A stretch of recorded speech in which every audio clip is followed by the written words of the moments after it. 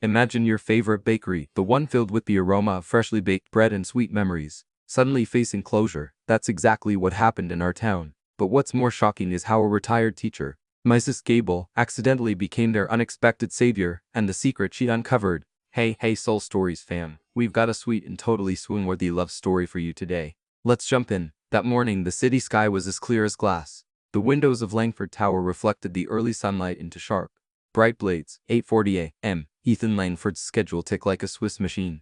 Precisely 8:55 to the lobby, 900 into the car, 920 arrival at the Grand Meridian to sign the funding agreement for the Langford Initiative, a 2-year medical project with a multi-billion-dollar budget, marking the first time his private foundation partnered with a network of independent laboratories to accelerate research on rare neurological diseases. The press had already rolled out a red carpet of questions while shareholders counted every heartbeat against stock prices. All eyes were on a single signature. His personal secretary followed close behind, clutching a charcoal gray binder. "The European partners are already seated," she whispered, urgent. "Pierre reminded me, once you arrive, your remarks must not exceed 3 minutes and no open questions." Ethan nodded without looking. He had read the speech 3 times since dawn. At that moment, his phone buzzed lightly. The wallpaper showed a shaky scribbled yellow circle. Lily's trembling drawing from last night. She had insisted on sketching a sunrise for him to carry for good luck. The strokes wavered, the curves lopsided. Neurospastic decay syndrome had its own way of knowing childhood through circles that never closed. Ethan paused briefly at the lobby carpet's edge. "Send a note to Dr. Patel," he told his secretary. "Remind her to double-check Lily's noon transfusion. I want the updated chart in my inbox before 11. "Yes, sir." The glass door slid open like a mute switch to the outside world. 2 bodyguards in black suits, Marcus Graves in front, another behind, escorted him down the steps. A glossy black sedan waited, back door ajar. Ethan set foot on the last step, his mind already on the signing, on questions about data transparency, on how a stroke of a pen today would lock in 2 years of financial commitment. Then the scream split the morning. "Don't get in the car." The raw, urgent tone was so jagged it seemed to halt the wind itself. Ethan gripped the doorframe. Graves lunged forward, arms sweeping wide, voice a harsh bark. "Stand back." A figure burst out from the staff side exit, gray uniform, hair hastily tied under a cap, rubber gloves blotched with bleach stains, a face slick with sweat and fear. Crystalline and unfined. "Please don't let him get in the car." The voice tore out again like the last rope flung against a rushing tide. In that split second, everything froze into a razor-sharp still. The stone steps, the cool door handle, and the eyes of the woman, Clara Brooks, wide with unmasked terror. "Detain her," Graves ordered. The second guard twisted her wrist smoothly, pinning Clara. Radios hissed, side gates slammed shut. Within 3 seconds, the front of Langford Tower had transformed into a military runway. Yellow tape unfurled as if pre-measured. Nines rushed forward, and explosive ordnance teams sprinted along the driveway. Ethan pulled his hand back from the car door as if from a cliff edge. He straightened, gaze fixed on Clara. From the street, a few press cameras had already swung toward him, shutters snapping like out of rain. "Sir, we have to go," his secretary whispered, her voice warped with tension. "The signing." "Wait." Just one word from Ethan. Flat held in the same calm with which he had once watched markets plunge 5.0% in a single afternoon. He turned to Graves. "Emergency protocol. 10 minutes. Then I'll switch to another car." "Understood." The forecourt filled with the metallic tongue of chemicals and disinfectant. A technician slid beneath the sedan like a lizard, flashlight cutting into pools of pitch-black shadow. Another dismantled panel under the hood. Sensors beeped. Dog sniffed. Hard-soled shoes struck stone in a cadence of tense percussion. Clara was pressed against the glass wall, wrists chilled by cuffs. Her breath came ragged, her eyes locked on Ethan. "Who are you?" Graves asked, voice like iron. "Night shift janitor. I work on the factory floor." "I saw." She swallowed dryly. "He mustn't get in that car." "Reason?" Graves pressed harder. Her answer fell into the void, drowned out by a sharp clear from the sweet team.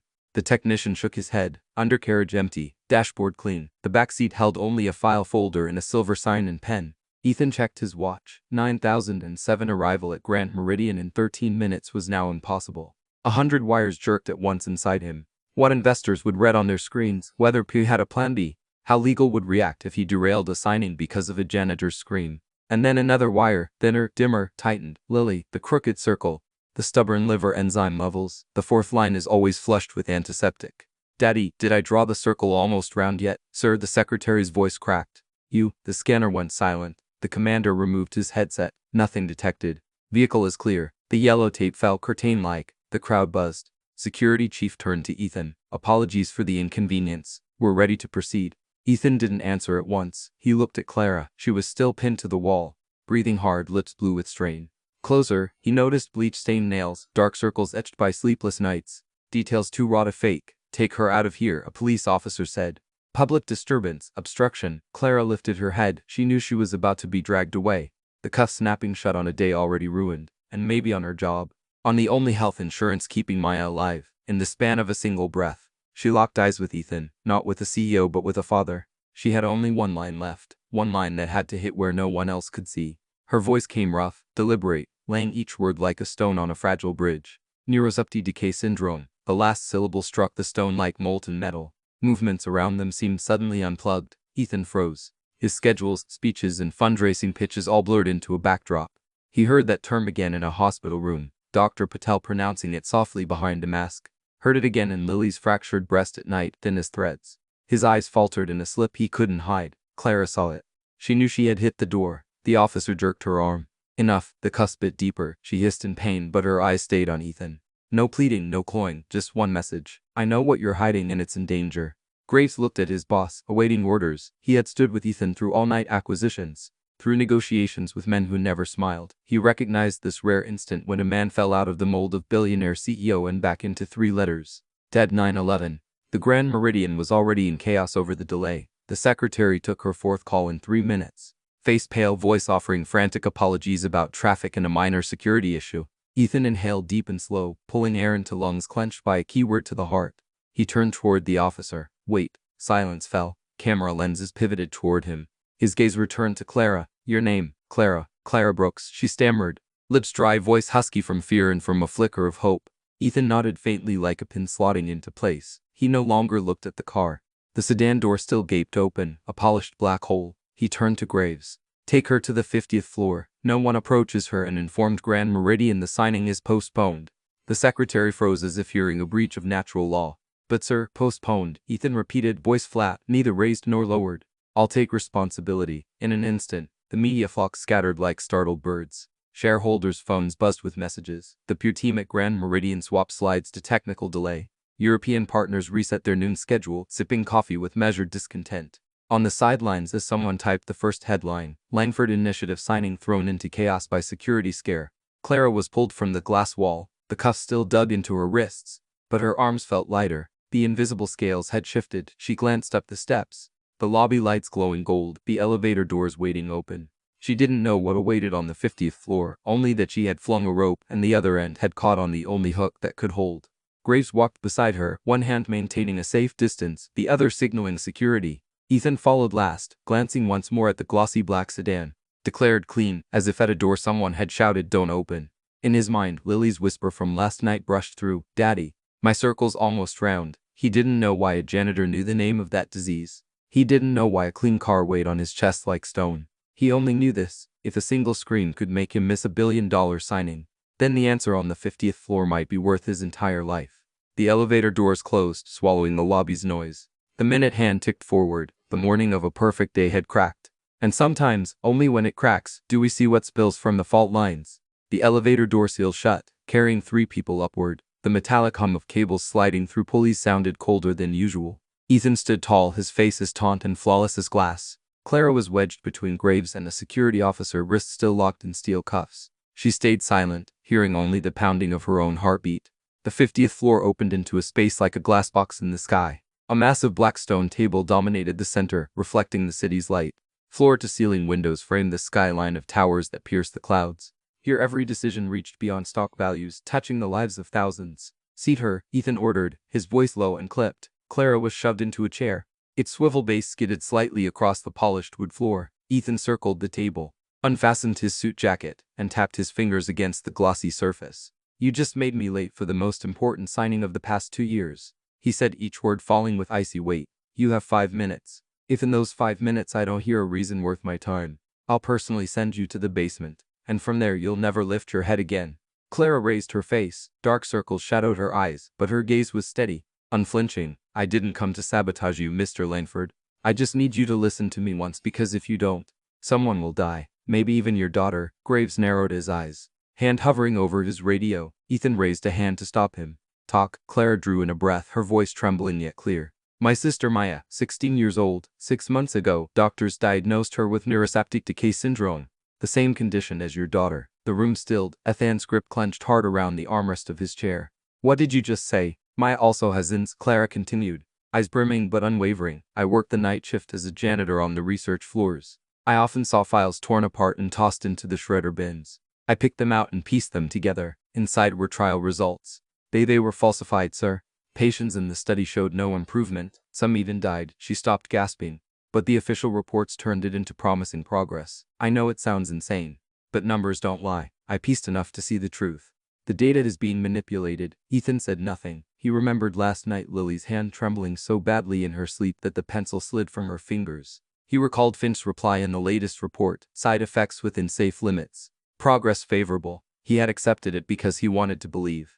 Do you have anything more concrete? His voice came rough. All I have are the fragments I pieced together, Claire admitted, staring down at her callous hands. Not enough for the court, but enough to know the truth. Ethan leaned back, eyes caught between disbelief and knowing doubt. In his world, every piece of information required seals, signatures, and verification. The words of a janitor were grains of sand in a storm. Yet, in her eyes, exhausted, desperate, but burning with a last spark of resolve, he saw his own reflection each time he sat by Lily's bed, powerless, watching her struggle to breathe. The 5 minutes had passed, but Ethan gave no order. He folded his arms, turned toward the windows, and gazed at the city pulsing below. The silence stretched until it felt suffocating.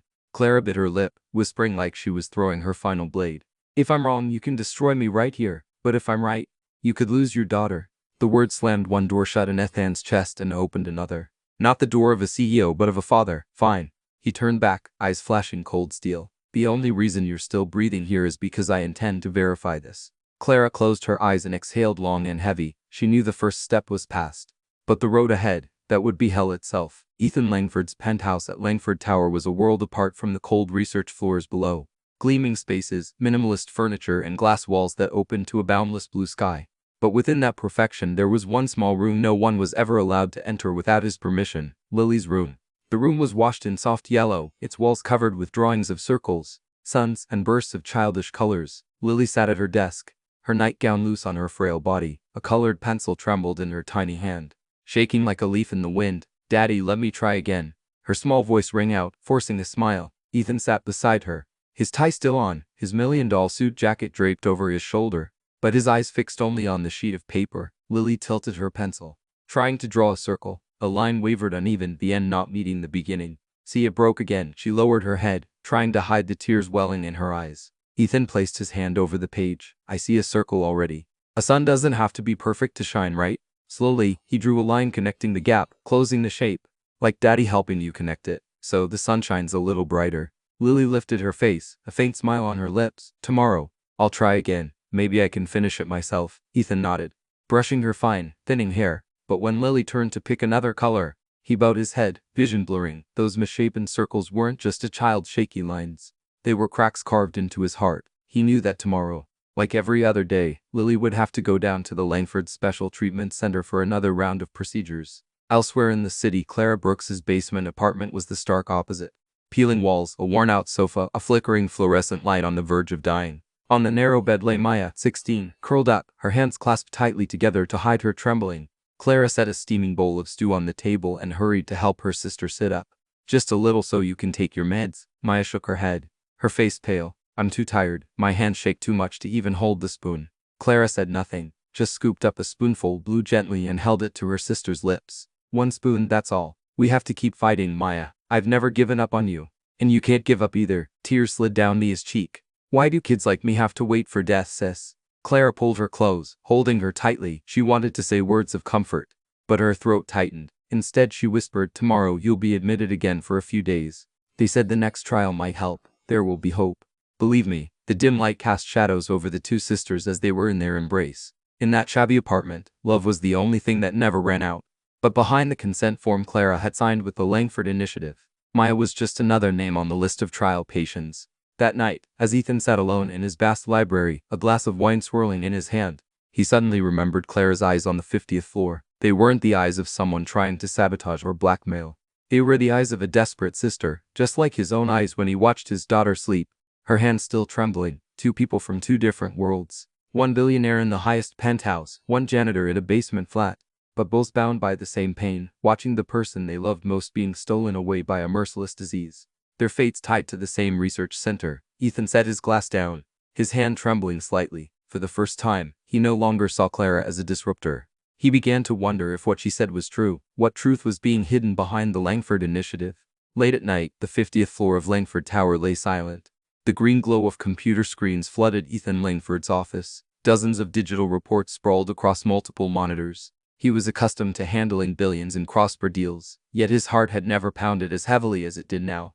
The name Dr. Simon Finch appeared again and again on every document. Every clinical trial report bore his signature. At first glance, the numbers and growth charts were pristine, exactly the kind of results the funding board wanted to see. But when Ethan pulled up the raw data for comparison, the anomalies became undeniable. Multiple results repeated word for word, only with different patient names. Assistant doctors' signatures copied and pasted from old files. Cases labeled as miraculous recovery where the patient's records had been wiped clean. Ethan gripped the armrest of his chair, knuckles whitening. He didn't want to believe it.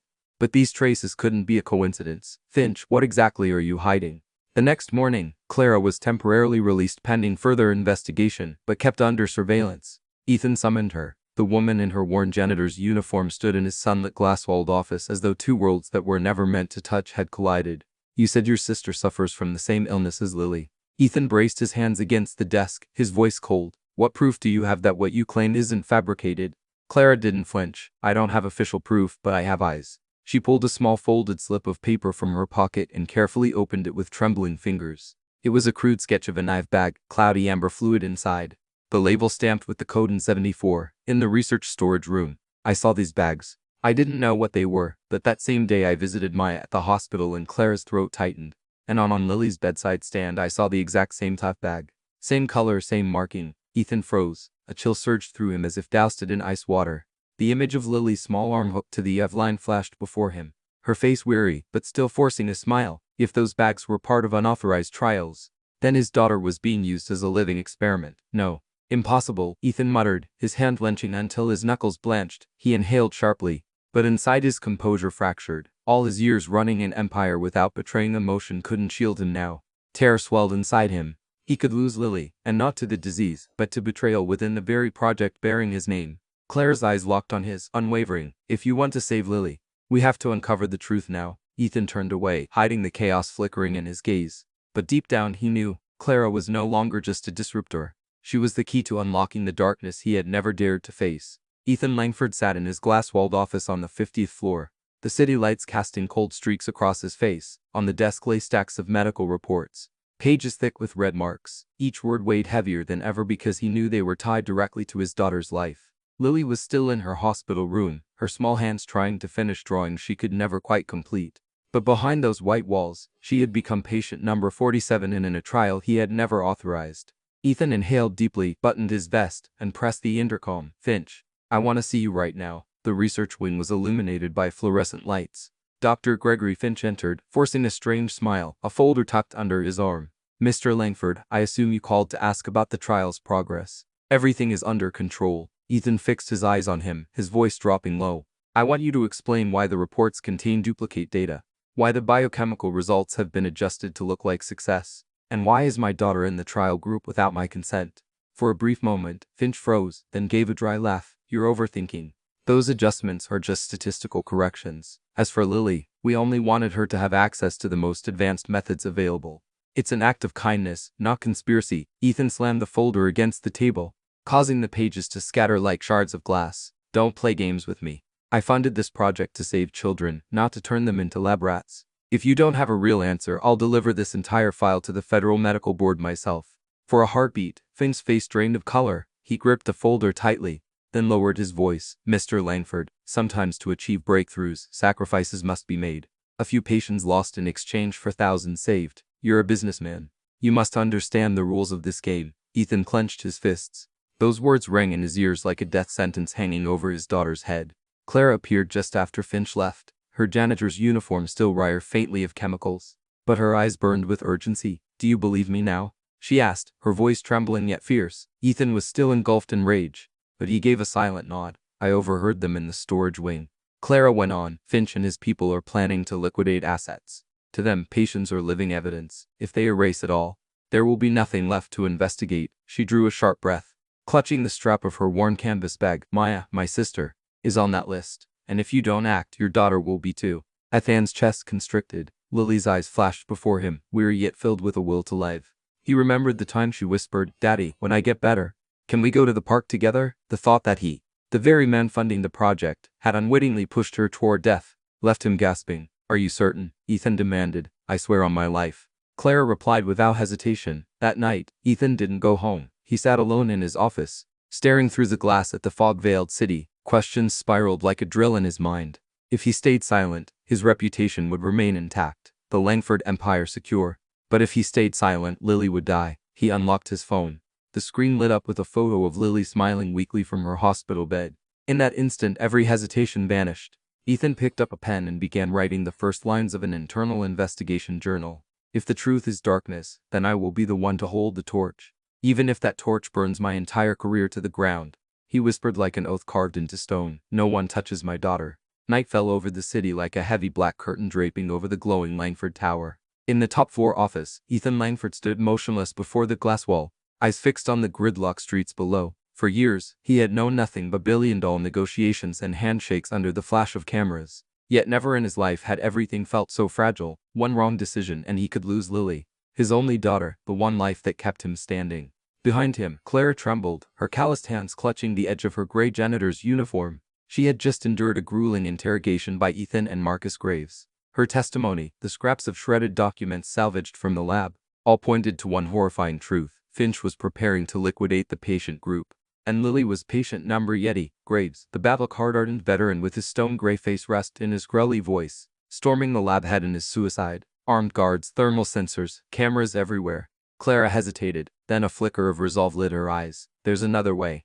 A service tunnel through the chemical conduits. There were hardly any cameras there because no one would risk going into a toxic zone.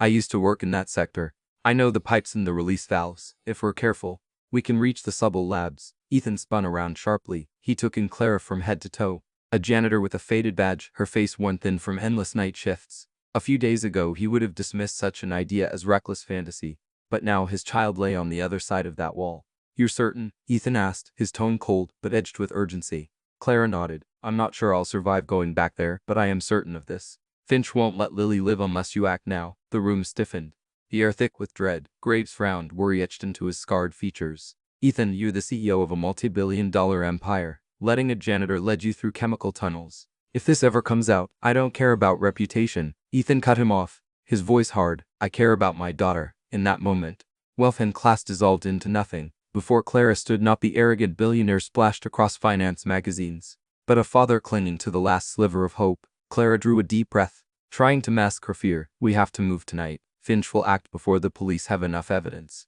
Graves silently unholstered the pistol from his waistband, slid the magazine back into place, and muttered, "All right, but remember, once we step inside, there's no turning back." Ethan looked at them both, a worn-out janitor and a veteran with a scar down his neck. He knew then this was no longer his fight alone. 3 people, 3 lives, bound by one goal, to wrest life back for those they loved. He picked up his phone, entered a few final commands to delegate responsibilities to his subordinates, then set it down. "Let's go." In the dim light, their shadows merged into one as they prepared to descend into the dark tunnels where money and power meant nothing.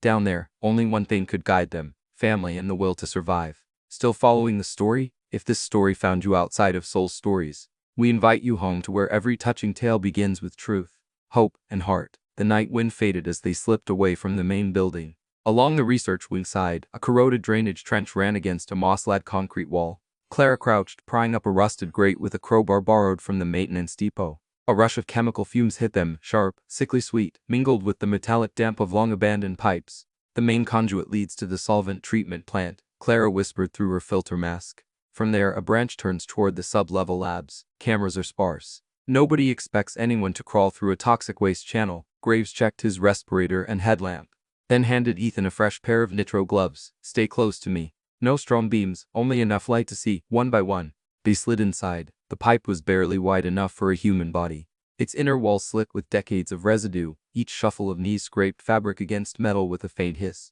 The air was hot, acrid, and so thick that every breath carried a bitter film across their tongues. Clara lead, her hands gliding over joints and wells as though reading Braille. 2 more turns. At the auxiliary vent, we'll hit a mesh screen. Past that, we're in the service tunnels. Ethan crawled close behind, his palms burning from friction. Years of polished boardrooms hadn't prepared him for the suffocating press, nor for the thought that with each second lost, Lily lay somewhere beyond these walls. A needle taped to her tiny arm. Graves raised a fist. Stop. Ahead, the airflow shifted, suddenly cool. He pressed his ear to the pipe, listening to a steady pulse. Exhaust fans, Clara whispered. During my night shifts, the system reduced load between 210 and 340 for maintenance. We're inside that window. Less backdraft if we hurry. They reached the mesh barrier. A rusted steel cross frame. Clara pulled a battered hex key set from her pocket, her calloused fingers working each bolt, slow but precise. Graves angled the light downward, slicing shadows thin as knives, careful not to sweep across any hidden lenses. Click, the final bolt snapped loose. The screen tilted, opening a narrow crawl space. One by one, they dropped into the service tunnels. Space opened suddenly. A low ceiling, pipelines sprawling like veins, a concrete floor stained with oil. In the distance, a cold glare of industrial lamps. Graves pressed a finger to his lips. The three of them hugged the wall, edging along a corridor barely wide enough for two. Rubber cartwheels ground heavily on concrete somewhere ahead. Voices followed, muted, clipped as if trained for silence. They peered through a broken slat in the vent. Below stretched a cavernous bay marked with yellow floor lines and a sign overhead. Biohazard restricted. Under sterile white light, two men in black tactical gear pushed white crates stamped with the biohazard symbol, each marked in bold, Class 7 disposal. Ethan held his breath. From one crate, its lid ajar, fabric rose faintly with emotion. Breathing or imagination. A gloved hand shoved it shut, the latch snapping down with a dry clack. Oh God, Clara whispered, her lips pale. They're not waiting till morning. One of the men stopped, pulled out a clipboard, and read under a flashlight beam. Batch of 3. Disposed before 400. Priority units 43 to 48. Ethan's heart dropped. 47. His throat scorched with acid fear, the air tasting like rust. The hair on his neck stood stiff as if death itself had brushed past. Graves gripped his shoulder, voice no louder than breath. Stay calm. His veteran's eyes were sharp blades. Rushing out now was suicide. They watched. The two mercenaries loaded crates onto a freight lift at the bay's end. Red lights blinked above the gate. A man in a white lab coat covering soft armor badge glinting the name Vance. Checked their list, scrawling signatures with a marker. Faster. Batch 1 must clear by 0:30. Fane's orders. No samples. Past 3 o'clock a.m. Samples. Clara mouthed, fury sparking in her gaze. They call people samples. A crate jolted, its lid springing loose. A frail arm slid out, ashen knife tape still clinging, the needle line wrapped in faded adhesive. The guard cursed, shoving it back in, sealing the latch. Ethan's grip tore through his gloves on the vent's edge. In his mind, Lily's taped wrist flashed, overlapping with this horror until it splintered his breath. This isn't waste disposal, Ethan hissed through clenched teeth. It's human disposal. Graves nodded grimly, eyes locked on the floor plan taped to a column. This bay branches 3 ways. North freight elevators. They're using that. East negative pressure prep rooms. West cold storage. He pointed to the faded schematic. To reach treatment wards, we cut east. Clara scanned the tangle like someone who had lived inside the building's skin. There's a maintenance duct parallel to the prep rooms. If it hasn't been sealed, we can crawl through the false ceiling, drop into the observation gallery. Ethan nodded, but his eyes clung to the rolling white crates. Each wheel turn crushed his chest flat. In his head, Fine's voice echoed. Sometimes to achieve breakthroughs, sacrifices must be made. He saw it clearly now. The Langford initiative had warped, not into a bridge to hope, but a machine of death clothed in science. Let's move, Graves signaled. 47's clock is ticking. They pulled back from the vent, slipping into a crawl space no wider than a fist. Clara unscrewed a service panel with a hidden driver from her sleeve. Above them, the false ceiling spread like a web of ducts and cables. They crept through, insulation fibers clinging to their skin, each tremor of the panels threatening to collapse. Ethan's heart seized at every creak. 2 beams later, they hovered above a negative pressure ward. Through the grate they saw 3 bodies under sheets up to the chest, wrists abound with soft restraints, monitors blinked with ghostly green traces. A technician adjusted the amber 4 bags labeled in 74, same label. Clara whispered like lilies. A nurse wheeled in a file cart. On the clipboard, Ethan caught sight of the codes 45 and 46. Both slashed through in red, marked transfer disposal. Ice water ran his spine. He braced himself against the truss to keep from falling. Inside his chest, a pit yawned, swallowing all light except one fragile spark. Lily's weak smile, whispering, "Daddy, I'll draw a circle someday." Graves pressed a hand to his shoulder. One more room at the hall's end. If 47 isn't moved yet. She's there. Clara nodded, swiping her eyes, whether from dust or tears. She couldn't tell. This way, there's an old junction in the ductwork. I used it once to replace a grease trap. It drops into the observation bay behind the main ward. They pushed forward, breath grasping fast, under their masks. Overhead, the pod droned. Accelerate schedule. Truck arrives in 20 minutes. Priority Group P4X. Each word was nailed into Ethan's chest. In his world, time was money. Here, time was life. He knew that if they lingered even a minute more, Lily would be sealed in a rate like cargo. A junction hatch popped loose. They slipped into a pitch-black observation bay, beyond the one-way glass. The main ward glared white. In the center, a small hospital bed was tangled with tubes and wires. On the wrist, a yellow plastic band glinted under the light. Ethan lunged forward. That yellow band, he had begged the nurse for it to make Lily less afraid of needles. He couldn't see her face beneath the drape, but that band could never be mistaken. Lily, he breathed, the word barely sounding. Graves gripped his pistol tighter. Eye sweeping corners, counting cameras, measuring exits. Clara set her hand on the rear access lever, her voice low but steady. Once we open this, there's no turning back. Either we break the door or break ourselves. Ethan stared through the glass for another beat. More Class 7 crates rattled down the hall. A lab coat flashed past. He imagined sting of antiseptic tearing his throat. His memories in the present fused. Crooked circles, Lily's sweat-damp hair, Fine's cold sermon on necessary sacrifice. He bared his teeth. Break the door. In that instant, the Langford Initiative was no longer a project. No longer a speech. It was the guillotine hanging over his child. Break the door. The words had barely left Ethan's lips when Graves pulled a palm-sized device from his chest rig. He pressed a flat metal plate into the seam between the double steel doors. Flicked a switch. A dry, sharp snap. The magnetic lock cut out. Graves twisted the auxiliary handle and shoved hard with his shoulder. The door screeched open, leaving a slit just wide enough to slip through. Inside was cold white and sterile to the bone. Surgical lamps poured down like ice. The air stung with antiseptic. In the center of the room, on a low hospital bed, lay a small figure, Lily. Her tiny arm was wrapped in gauze, her chest rising in fragile waves beneath a blanket. 4 lines hung in a tangle from metal poles. An infusion pump blinking out in different numbers. Ethan stumbled forward as though he'd fallen into an ocean trench. On her wrist gleamed the small yellow bracelet, exactly the one he had begged the nurse to give her so she wouldn't be afraid of needles. Everything else on her, tubes, tape, monitors, was what he had never agreed to, never permitted. Room clear.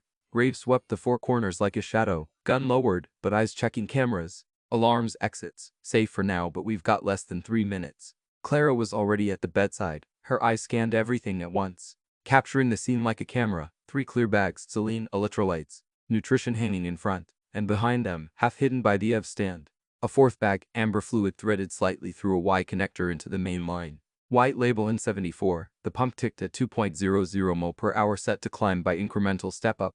There it is, Clara breathed, fogging her mask. She pulled the slider clamp down on the line, pressed the stop button on the pump, opened the Y port, and yanked the N74 tubing free, capping it before air could backflow. Every move was sharp and exact, so quick the monitor only chirped once at the pressure change before settling back to steady green. Ethan froze, staring at the amber bag in Clara's hand, the poison that had just been flowing into his daughter. Nausea surged up his throat. He touched Lily's cheek, cold to the skin, eyelids twitching in sedation. At the bead's foot, the clipboard gleamed with typed letters. 47 transfer 310. Beneath it, a signature box blank, the time already preprinted. They were going to move her at 3:00, Ethan whispered. The wall clock ticked to 2:41. Each second slashed like a knife. Finish once, batch 1 done before 3. Clara said, eyes locked on the F line. She lifted the amber bag and shoved it deep into her canvas pouch. This is evidence. Graves snapped his head around. Sound. From the hall came a faint beep. The door's lock had rebooted. He jammed a metal wedge into the latch, yanked a curtain across the porthole, then twisted the manual lock from inside.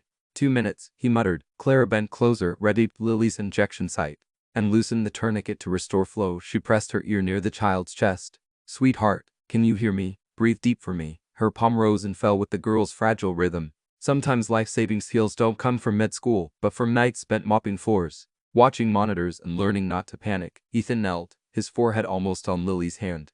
Daddy's here, Lily. His voice cracked in the icy white room. Daddy's here. All the walls he had built in his life, steel discipline, CEO armor, iron language, crumbled in that single whisper. A shadow passed the window of the side door. Graves raised a fist. Silence. Cartwheels rolled outside and stopped at the main door. A hand rattled the handle, locked, then rolled on. Graves checked his watch. His jaw set in a thin line. Ethan scanned the tray at the bedside. A spare syringe lay ready, already fitted with a needle. Label adjunct to pale amber. Same series. His stomach turned cold. A backup dose if the pump wasn't enough. Clara, his eyes flared. She understood without words. Wrapping the syringe in gauze, she slid it into the pouch beside the N74 bag. Evidence. She repeated like a mantra. The monitor shrieked a flatline pulse, sputter dropping, then bouncing back. Clara gripped Lily's hand. Come on, sweetheart. and out. Good girl. The child's face eased. Numbers steadied, fragile but stable. Ethan rose, his tall frame casting a shadow over the harsh surgical light. He slid an arm under Lily's back, careful of the wires. She weighed almost nothing, light enough to break him, for the first time. Not through reports or doctor's words, but with his own eyes. He saw his daughter wasn't a special patient, she was a number. A 47 on a spreadsheet, tracked by people who use the language of science to cloak deceit. A sharp tune crackled from the intercom above. Transport team to Base E. Batch 1 confirmed before 300. Graves strode to the supply locker, yanked out a white lab coat, and flung it at Ethan. Disguise. If we get spotted, you push the bed and give orders like you own the place. I'll cover. Clara tugged her cap lower, pulled on a fresh mask. She pitched her voice flat, clipped, professional. Transfer 47 to a bay for retest before move. Practiced in her head, it came out mechanical, authoritative. Ethan glanced at her. The night shift janitor now standing like frontline staff, steady before the machines. Between them now remained only one truth: save the child. Graves pressed his ear to the door. Clear on the right. Left's got a cart rolling away. Best window is now. He pulled the wedge, counted down. 3, 2, 1. The door swung. A slap of cold corridor air hit them. Ethan bent low, cradling Lily, dragging the Ebb stand along. Clara clutched the chart folder in front like a passport. Graves took a rear, pistol hidden in his sleeve, eyes cutting every angle. The bed wheels rattled on vinyl flooring, small but defiant. Every nerve in Ethan screamed to run. But he kept the pace steady, walking like a man who belonged here. His calm froze the fear for a heartbeat. They turned into a junction. At the far end, 2 men in black pushed a Class 7 crate. One glanced over. Clara lifted the file, her voice flat as glass. 47 retest order. Don't keep Finch waiting. The name was a password. The guard shrugged, exhaled irritation, and turned away. The 3 slipped past. Only once they vanished behind a blind corner did Ethan finally inhale. He bent, whispering into his daughter's ear, "Daddy's taking you home." A drop slid down onto Lily's cheek, whether sweat or tear. He didn't know, but for the first time in weeks, his heart didn't echo hollow. Behind them, in the room they'd left, the N74 pump sat frozen on stop. In Clara's pouch, the amber bag and syringe clicked softly with each step. The sound of living evidence. Ahead stretched a long white corridor, taut as wire, leading them out of the death lab and straight into the final battle to force open a grayer door. The door of justice. Ethan, Lily, and 74 some unannounced. Foreign to grab. Foreign. But who grabs Ethan? Maui. Foreign. Ethan, Clara, Lily, Roy, and Jago Tam Forge Grang Jang Lai. Foreign. Congo Lenoi Jesung Roya Chapter Chinmakwe Sakwa. The cold ting on the ceiling rang out faster and faster. The emergency lights in the corridor flashed red like veins thrashing wildly. Graves glanced at his watch, eyes darkening. They've detected the operating room tampering at most 60 seconds before someone arrives. Ethan clutched Lily tightly, dragging the stand along. Clara pressed the file folder to her chest. The canvas bag at her side heavy with the amber pouch of N74 and the adjunct of living evidence. They cut a corner, rushing into the service corridor toward the freight elevator. The steel door at the end of the hall burst open just as they reached the intersection. 2 bulky shadows loomed. Mercenaries in soft armor, neck-guarded helmets, short sungs tucked under their arms. They froze for a split second at the sight of a medical team. Then their mouths curled as if recognizing prey. Graves crouched, yanking Ethan and Claire against the wall. 2 crisp shots cracked from his gun, low, precise. The bullets tore near their legs, forcing the mercenaries to leap back from the doorway as if scorched. "Go," he snarled, spinning the gurneys half a turn, pushing the group into the freight shaft. The elevator door felt heavy, stubborn. Graves slammed the call button. The floor light crept downward at a mocking pace. Ethan bit back a curse. Looking at Lily, her breath was thread-thin. A metallic screech echoed through the ceiling. Then came sirens, not the internal alarm. Police sirens. The sound pierced concrete, swelling from the east loading bay. Graves startled, then smiled faintly in relief. "I sent an S7 distress code the moment I cut the maglock. Police are storming in." But at the far end of the hall, 3 more shadows appeared. Bullets carved pale streaks of light, rattling the reinforced glass of the side doors. Graves shoved Ethan down, his own body twisting to shield the gap. His shoulder jerked, hit. His vision darkened for a heartbeat, then snapped back, sharp as a blade in the dark. "I'm fine," he hissed through his teeth, firing short bursts with his free hand, driving the gunman behind the pillars. Graves' Ethan's voice cracked. Blood seeped dark through the black fabric at Graves' left shoulder. But the veteran moved as if the wound were no more than a mosquito bite. He pressed his hand hard to the blood, barking, "Shoulder, not lung. Get down, down." The freight elevator still hadn't arrived. The red digits counted down like fate itself. Clara's eyes darted. "A conductor under fire. There's a maintenance shaft at the end. Mechanical lock. I can open it." She bolted, skidding on the vinyl floor before steadying, prying open a steel cabinet. The padlock was old, stubborn as hatred, but her calloused hands knew the angles of time. Click. The hatch sprang open, revealing an iron ladder plunging into black. At that instant, the freight elevator door slid open to emptiness. No car, just the hollow shaft. The cab had already left. A single figure swept in from the opposite O entrance. Finch with a folded gut and eyes that skimmed everything without touching. Finch stopped mid-step, gazing at Ethan, Clara, and Lily. Then he smiled. All present, say goodbye. He yanked the local alarm. Red light strobed madly. Bell shrieking, get them. Finch dropped the mask, his voice sharp and cracking like glass.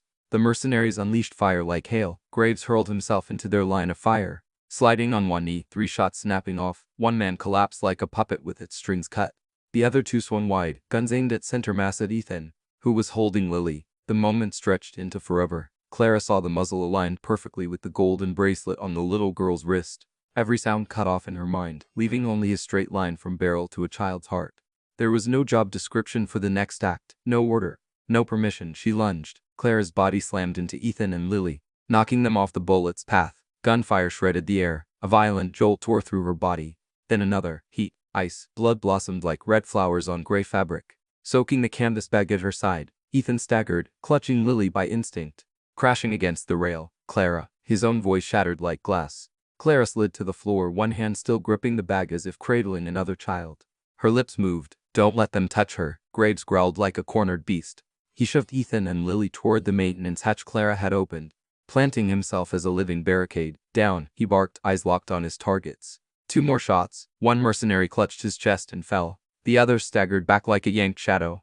In the distance, police loudspeakers roared into the halls. Police, drop your weapons. Heavy boots pounded from all directions, riot shields glinting like silver scales. Doors banged at the loading bay, hammers smashing locks, voices shouting rehearsed commands. Finch whipped his head around, saw the net closing. He slinked it into a side access hatch, slamming it shut like a rat into a pipe. Graves aimed to follow, but his shoulder screamed, tearing open. He groaned, switched hands, firing another burst to pin the last mercenaries to the floor. Clara gasped, vision fading into blood. Ethan lunged, pressing hard on her side wound. Clara, look at me. He wanted to summon something beautiful, some promise. But what came out were only 2 rough words. Thank you. She smiled faintly, lips bloodied like a child winning a secret game. Lily, I must grow up to draw circles, she whispered, and as if afraid he might forget, she shoved the canvas bag into his hand. Evidence. Graves darted forward, hauling Clara, dragging her toward the hatch. Go, he roared, covering the door with his own body. Bullets chewed the steel frame, sparks spraying like stars. He pulled a smoke pin and tossed it into the hall. The plume burst wide, swallowing the gunmen, cutting their sight line. Ethan clutched Lily to his chest, sliding down the iron ladder, missing steps without fear. Clara followed, heavy against Graves's shoulder. Blood striped the rungs. Police sirens swelled closer, voices overlapping. Team A, Northern Wing. Team B, secure the service routes. Hold perimeter. They hit the subfloor, a damp, cold concrete corridor. Ahead glowed blue-red light through a rising shutter. Night wind rushed in like a promise. Ethan hugged Lily. She burrowed into his neck, whimpering, Daddy's here. Almost done. Graves carried Clara fireman style, his own face pale from blood loss, but his eyes scanning like radar. Behind them, officers shouted, clear, as they swept down the ladder. Weapons clattering, someone dropping their gun. They broke through the bay. The final shutter cracked open, floodlights spearing their eyes, a wall of riot shields ahead. Behind them, ambulances, reflective vests gleaming. Get them out, an officer yelled, pointing. 2 medics sprinted in, lifting Lily from Ethan's arms with practiced rhythm. Pulse check, oxygen mask, portable monitor. Another team slid Clara onto a stretcher. Bandages creamed in seconds. Ethan followed Lily's stretcher like a man unarmed, about to rush toward Clara when Graves blocked him, bloodied hand gripping his arm. Stay with her. I've got this. His voice was low, steady, the last pillar in the storm. Behind them, in the green haze, police cuffed 2 mercenaries, pressing faces into cold concrete. Handcuffs clicked like the final notes of a broken song. Ethan glanced back for a second. Finch had already vanished into the service maze, a shadow slipping through grates with his rats. Rage rose in his throat, but before him now were Lily, Clara's fading breath, and Graves' his blood-soaked shoulder. He clutched the canvas bag Clara had thrust upon him. The evidence rattled inside like another beating heart. He looked up above. A helicopter searchlight carved a white circle, sealing the picture of this night. A nurse lifted her head and shouted, Family of 47, me. Ethan's voice steadied like a freshly driven nail. I'm her father. The ambulance door slammed shut on Lily. Red blue lights washing his face, scrubbing away the remnants of night with the colors of justice. In the vehicle beside them, doctors pressed on Clara's wound. Their 1, 2, 3 counting matched the machine's heartbeat. Graves dropped to one knee, breath hissing, but forced himself up, holding steady with sheer will. He met Ethan's eyes. In the veteran's gaze was an unspoken alarm.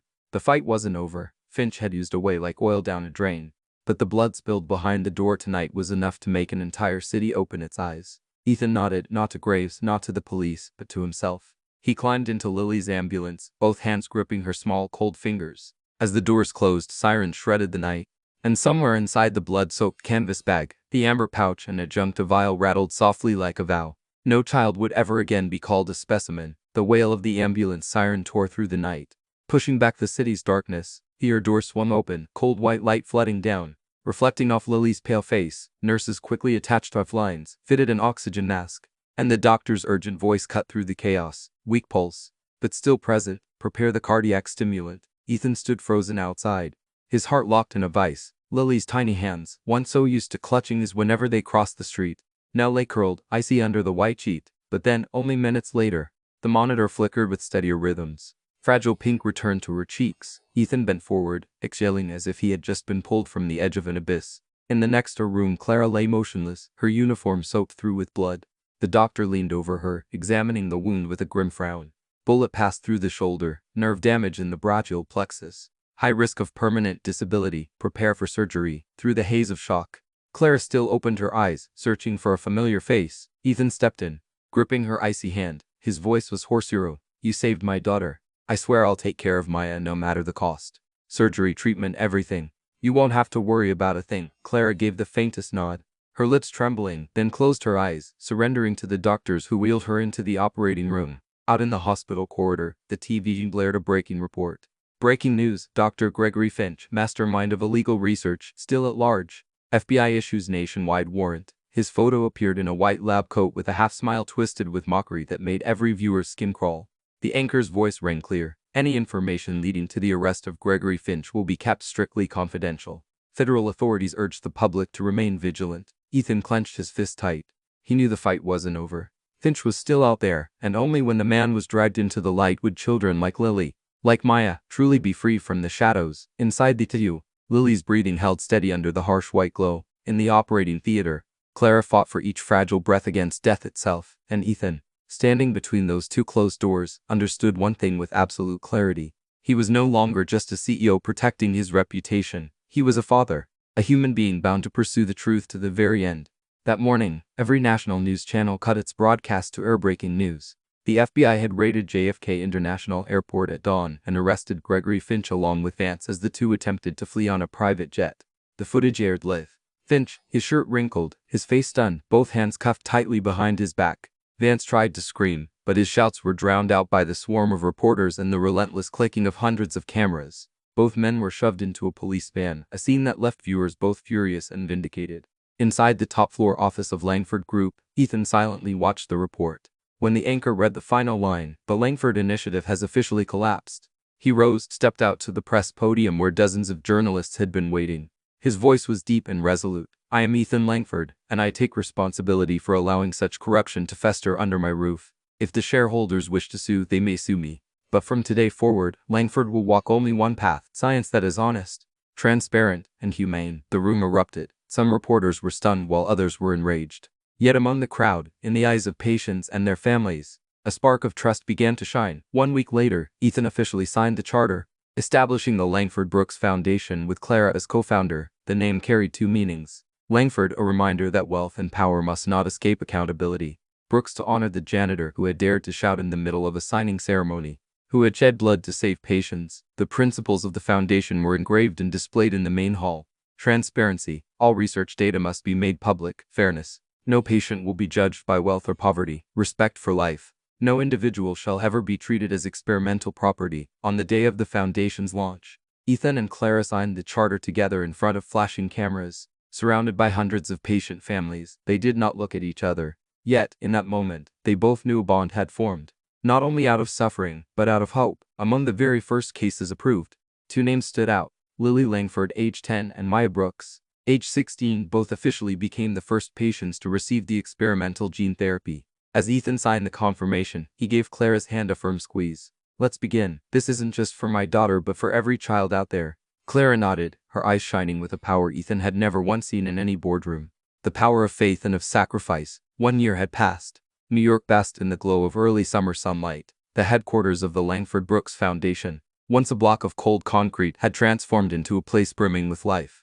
Tulips bloomed brightly in the front garden, the walls were covered with paintings created by child patients, and laughter filled every corridor. People no longer called it a research center, but by a warmer name, the home without gates. Lily sat at her easel, her once frail hands now strong enough to hold a brush and draw a perfect circle. When her line finally closed, she broke into radiant laughter, running to show her father. Ethan lifted her into his arms, his eyes shimmering, an image he once thought he would never see again. Across the hall, Mia sat at the piano, her fingers, once thin and weak, had regained strength. Gliding across the keys, pure innocent music filled the space, drawing tears from many parents seated in the front rows. Together, Lily and Maya stepped onto the stage during the Foundation's first anniversary celebration. The two girls held high a painting they had made together. A house without gates, without locks. In the painting, dozens of people of every skin color and age stood hand in hand, forming a circle beneath an open-roofed house with no fences dividing them. The auditorium erupted in applause, not only for the painting, but for the hope it symbolized. Ethan and Clara stood side by side, silently watching the scene. They knew that to reach this moment, there had been blood, tears, and sacrifices that seemed impossible to bear. Yet, in return, a new kind of home had been built, not from bricks and stone, but from trust and humanity. As sunlight streamed through the tall glass panes, the commander's voice rang out like a message to everyone present. No door opens on its own. It takes people willing to guard it, to sacrifice so that the light may enter. Ethan leaned slightly toward Clara and whispered, "This is where we truly belong." Clara smiled, her eyes glistening. And in that moment, they both knew their story did not end here. It was only beginning, with a home without gates where every heart would always be welcome.